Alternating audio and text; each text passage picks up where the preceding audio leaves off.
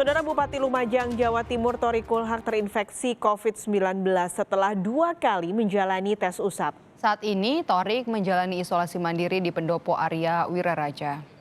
Untuk menjalankan pemerintahannya, Bupati menyerahkan ini kepada Wakil Bupati Indah Ameprawati. Nah, awalnya Bupati Thoriq menderita batuk dan flu selama 3 hari. Dengan gejala itu, Thoriq melakukan tes usap dan hasilnya negatif. Kurang puas dengan hasil pertama, ia pun melakukan tes usap yang kedua kalinya pada hari Kamis malam. Setelah tes usap keluar, Bupati Thoriq dinyatakan terinfeksi COVID-19.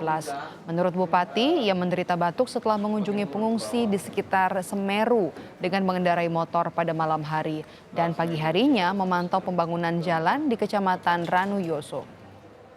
Ada awan panas letusan, memicu guguran sampai pukul 4.33, Pak. Tes swab yang pertama itu saya dinyatakan negatif COVID-19. Kemudian keesokan harinya, tepatnya tadi malam, saya dilakukan tes swab yang kedua. Dan hasilnya saya dinyatakan positif COVID-19.